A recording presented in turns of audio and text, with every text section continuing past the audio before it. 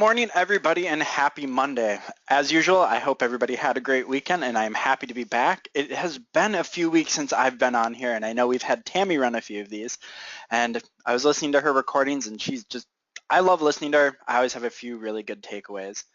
Spring is in the air, basically everywhere. I know the flowers are popping up, things are going, things are moving, and with that being said, it's kind of that time of the year that people are saying, hey, it's special enrollment. I'm not getting as many people to answer. People aren't showing up because in spring people get flaky. And that's kind of where I thought we kind of start talking today is about, spring, it's flaky, people are moving, people are grooving. How do we get them to actually show up and invest? So that's what we're going to talk about today is how to get people to show up to your appointments that you set. There is some really small tricks that I'm going to go over with you, just give you a few tips there. Hopefully if you can take away, honestly, one or two things, just one or two things, this is going to be worth your time today. It will be quick. If this is your first Motivation Monday, they are quick. They are supposed to be powerful, packed. They last about 20 to 30 minutes. If you can take away two things in 20 to 30 minutes, definitely worth your time. So I thought we'd start with one of my favorite Maya Angelou quotes. I've learned that some people will forget what you said, some people will forget what you did, but people will never forget how you made them feel. Yes, that's very important in every day-to-day life, but it's also very important to an agent. People will show up based on how you make them feel. If you make them feel that this is worth their time, if you make them feel that this is important, that this is something that they need, they will definitely show up. If not, if you just make them feel like another number, that this is part of the process, that they are part of your big machine on making a paycheck, they won't show up. So starting with a pretty powerful quote that's going to have kind of the whole idea on what we're going to go over today.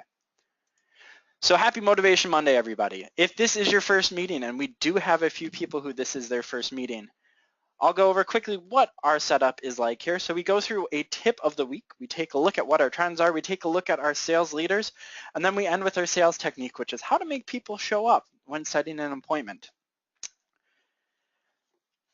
So the tip of the week for last week was that LifeShield short-term medical. It is that new short-term medical through HII. It was very great. It was pretty good. We had Annette Dalkey on the phone there going through the information about it. There is more information there in the carrier section, so go look there for that product. It is their short-term medical. The tip of the week for this week, if anybody has seen the emails coming out, NatGen now has a list bill for small employers. So if you're one of those people who are working on selling insurance between that 2 and 50 mark, NatGen decided to launch their list bill as of what is today, the 15th. It was launched as of the 13th. What will happen with this? This is where they will be able to pay for multiple people's programs through an online portal. What they have to do, you'll notice today when you go to your Quote NatGen or your own personal quoting link, is there's going to be an area for a list bill. If you don't play with it, well, you can if you want to, but what will happen is it's going to ask you for an account number if you're playing in the list bill field.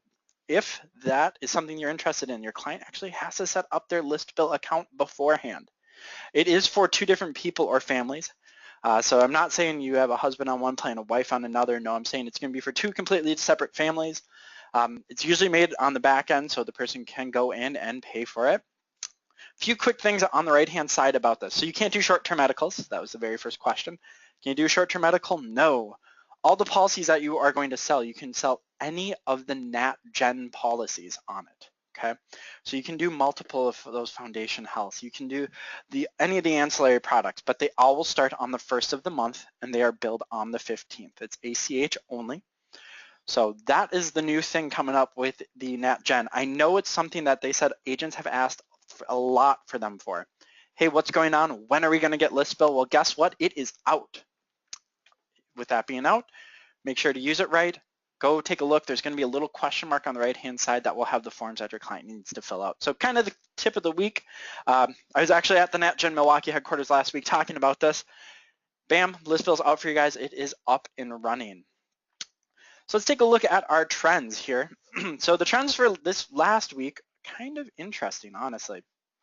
So there was really no change, maybe one or two policies, honestly, change in the short-term medical and in the fixed benefit, considering those are our big drivers right now. Those are the ones that are making us money. No change in there. Still basically NatGen and Golden Rule with the fixed benefit sales. It's still basically NatGen and VBA. We did have a substantial increase, though, in the accident sales, mainly with that NatGen, the plan enhancer. I've been getting a lot of really positive feedback from agents saying, that policy is really selling themselves. All they have to say really is, hey, would you like to enhance your plan? We have a product here called Plan Enhancer we can take a look at together, and they go through how that AME works. Keep in mind that is the one that has that sickness, hospitalization, and the cancer, heart, stroke rider on there. So feel free to, if you're not selling it already, take a look, shoot any questions you have to me. It's something I'm fairly familiar with. The other accident policy is that Healthy America. Slight decrease in the critical illness, still really leading with CVL and NatGen. And then we had a healthy increase in the dental sales as usual.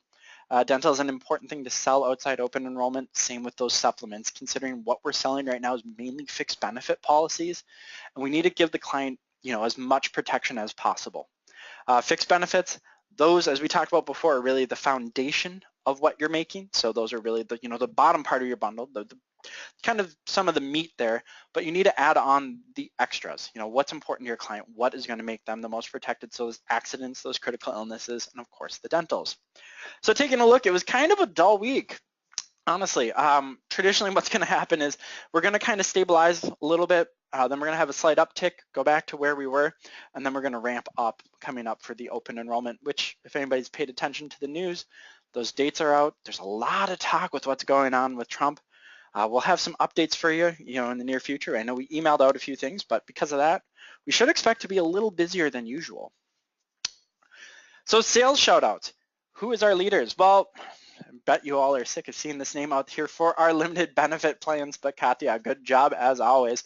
With 8 NatGen Foundation health policies, kudos. Second, Andrew, good job there with the silver, and Jose, good job there with taking in the bronze. We had a pretty good week, as you saw with the limited med. We're kind of up and running to where we thought we would be. So we're there.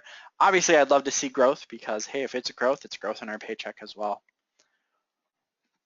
For our short-term medicals, Laura, good job taking in first. Joseph, and then Elaine. Elaine, you are always on there. We are getting used to seeing your name quite a bit, but good job there with everybody with the sales shout-outs with the short-term. We expected to have this decrease with everything that changed in the short-term market.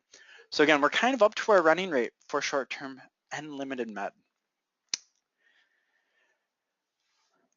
So now here's kind of the thing that we all wait for. We're going to go through the sales technique. As you saw, we hit the tip of the week. We took a look at our trends. We took a look at who our sales leaders were.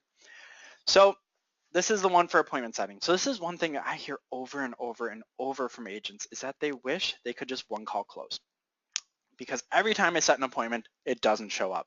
I've been there. When I very first started my sales career, wow, going on 15, 16 years ago, it happened to me all the time. I would set an appointment, people wouldn't show up. And I'd actually beat myself up. Instead of being productive that time, I expected the appointment would happen. I'd sit there and beat myself up, and that actually wrecked the rest of my day. Well, realistically, how often can you one call close? And I'll tell you one thing in the insurance industry as well, those that are one call closed usually don't have as high of retention rates because those are people who are impulse buying, which we love. I love it. I love instant gratification. I go there, these people buy my product, I'm super happy, everything's good. And then guess what? 2 months down the line, they can't call and cancel, and I'm wondering why, I have to go through all that stuff. Well, the ones that don't one call close actually think about it and usually can retain the product a little better unless they've done their own research. Well, so you really can't one call close that often.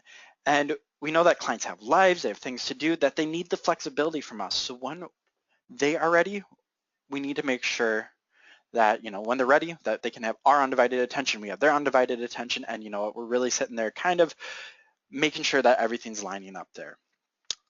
Outside of OEP, a lot of agents tell me that they're really struggling to find a way for them to build urgency for their clients to show. As I told you before, kind of the Maya Angelou, you have to make the person feel important. They're going to have to remember you, remember the experience.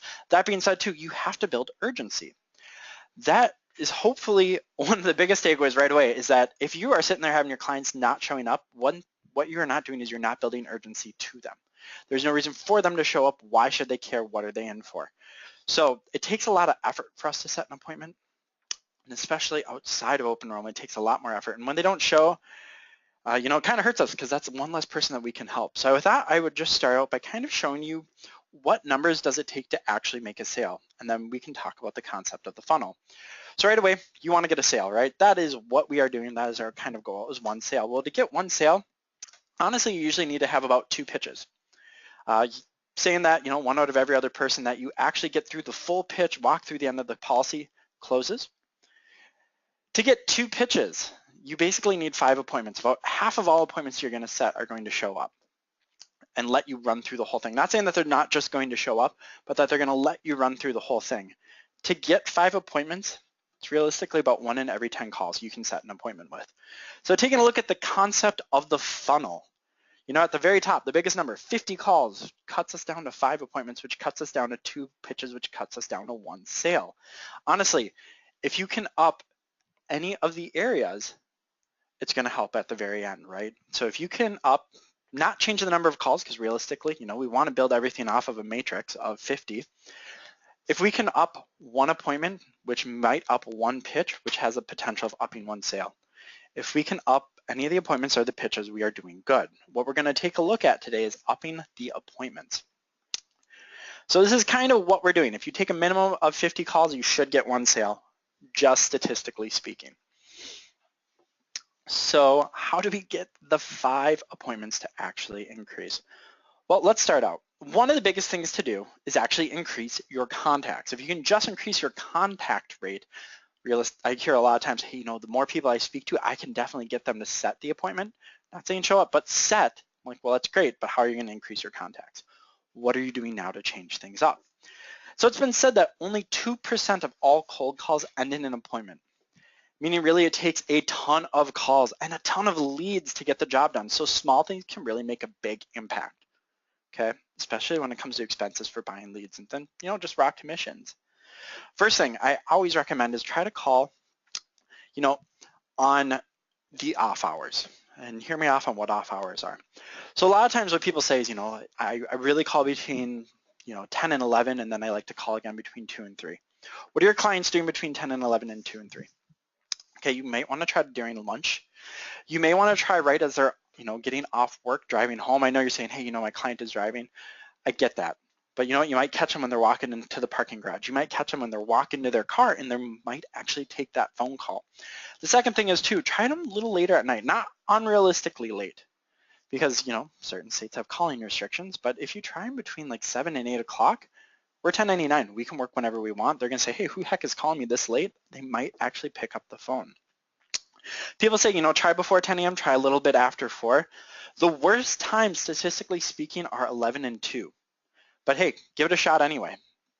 Try at 11 o'clock. Maybe it's going to work for you. Try at 2 o'clock. One thing to do is when you're calling on the off hours, do a tick sheet. I don't know if anybody's familiar with this. You write down 1 through 30, and you cross off every time you make a call. When you contact somebody, you make a circle, keep them for a few days, and watch what times are actually working. So what I do is I'd write 10 o'clock, and I'd write out 1 through 30. And then I would sit there and check them off as I go in circle. It helped me figure out what worked best for me and how I could do it. Here's another one too that might help you right away. So tell people that how you helped others. Your first goal here is to help your customer. Prospects will initially resist setting an appointment with you if they think that it's just in it for just you. There's nothing in it for them. Right up front, in the first second of the first contact, you must exclude service. Exude service and not selfishness. This is especially important because if you even open your mouth, the prospect is already defensive. The second you start speaking, your prospect is super defensive with you. So you need to go through and you need to let them know, hey, I'm here to help service you. I'm here to help. I'm not here just for me. That's why a lot of us do what we do, is because it's confusing. We've had issues with health insurance. We want to make sure it's easy for other people. Your pitch should be selfless, more of a, hey, I'm here to help, instead of, hey, guess what, I'm going to sell you right now. That makes them run. That makes them shut down and run. If you are wondering about how you can start the beginning of your pitch, there's a really good training video online at ahcpsales.com/training about how you can start pitching your client right away, okay? This is how to increase appointment setting. If you're wondering about, hey, how do I actually start that conversation after I get the appointment set and I get them on the phone, go watch that video. It's extremely useful. Here's the last one. Don't sound threatening to the gatekeeper. I get this one all the time. People are like, I can't get past the wife. I can't get past the gatekeeper. I can't get past the secretary. The husband is talking and he won't let me talk to the wife because he has insurance, but they need it for her. So here's a hint. Try to get to know the gatekeeper a bit. You can find out a lot. Let's be honest. Gatekeepers are beasts, right? They are the person who's just the bane of our existence. I hated the gatekeeper. If you know it's a business number, not a cell phone, Give it a call or before or after the gatekeeper leaves. A lot of the business owners we work with, it's a small business, right? They're only going to pay their gatekeeper for 8 hours and a half-hour lunch. And the owner will be there before and after. Give them a call. More likely you're going to get a hold of them. If it is the husband or the wife, try to get to know them, get to know what's going on. They're the ones who feel like, they should control the conversation, so start the conversation with them. Let them know, hey, I'm just here to help. They put the information in. I know this is something that's a family decision. Maybe we can all meet together. One of my favorite things I learned to do was actually have the conversations with everybody in the family, kind of have like a big, huge powwow. I don't know why it worked really great for me, but it absolutely did. I increased my close just drastically if it's like, hey, the husband's the one going to buy the insurance, but let's get the wife on it. Maybe the kids too, heck. Let's make it a whole family thing, and then everybody's going to sit around the phone and we're going to gather together. You'll notice they'll kick the kids out the second you start talking about money, and it's a pretty good idea. Now, one thing with this too, I would personally separate out my leads that have the gatekeeper from the ones that don't. I like to have a completely different mindset when I'm talking about gatekeeper. I get a little more professional. I get a little more warm, I guess, compared to the other people who are, they're the ones making the decisions where I want to come in and kind of be a little more playful with them. With the gatekeeper ones, I like to keep a very professional, very business attitude. And with my gatekeepers, I separate it out between businesses and people. So that's one of the things to do is have that nice way of organizing your folders, and it's going to make your life a lot easier. So just increasing your contacts. Try during off hours. Separate them out in folders that are going to work better, and use yourself some tick sheets. So if you're sitting there starting to talk to people, one of the things to do is you have to make them remember. One of the biggest things you can do to help decide between an appointment showing and not showing is make them remember. This will be a multi-level hint, okay? So give them two choices. People say, you know what? I get my clients on the phone and then I say, what time works best for you? No, you're busy. Not only are you busy, give them odd times to remember. Okay, so I have an availability, looks like this morning at about 10:40. If not, I will have one later this afternoon at about 4:15. Which works best for you? Notice how I said that. I gave them off times. I only gave them two options, and then I used the word which. That's going to make them make a decision. Not saying, hey, here's some appointment times. You pick one, whatever's going to work best. No, here's your two. Which is going to work best? Make a decision right now. And you know what? They do. And then it just helps the conversation move forward. Have them write it down. Personal favorite hint I've ever learned in sales.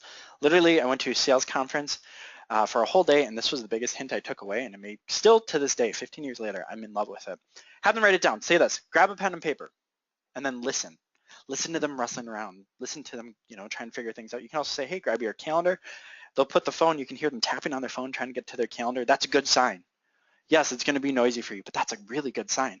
Have them write it down. That is one of the biggest things. Have them write it down and then have them repeat it. Okay, this one's a little uncomfortable. If it's something you're not completely okay with yet, hey, give it a shot. See how it works for you, okay?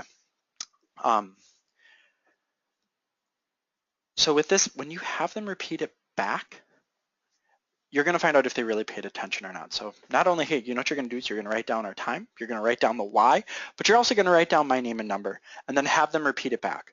If they can't do it, the probability of them showing may not be the best. And keep in mind, you are busy. You are a professional. You are busy. So that's why you're letting them pick two times. You're going to relinquish some of the control off of that, but you're busy. Have them repeat it. Let them know that, you're trying to help a lot of people, as many as you can. This is what should go on.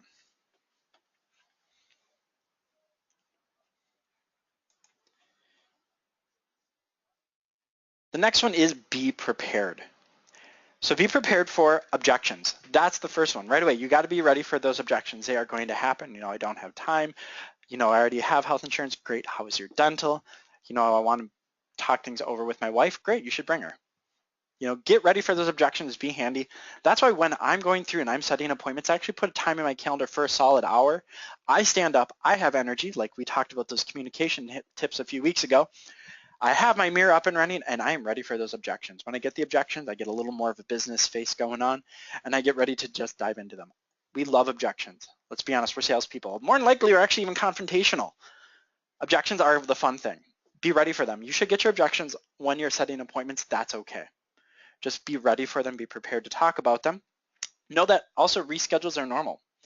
So be prepared that not only you're going to deal with objections, that if your client answers the phone and they need to reschedule, that's normal.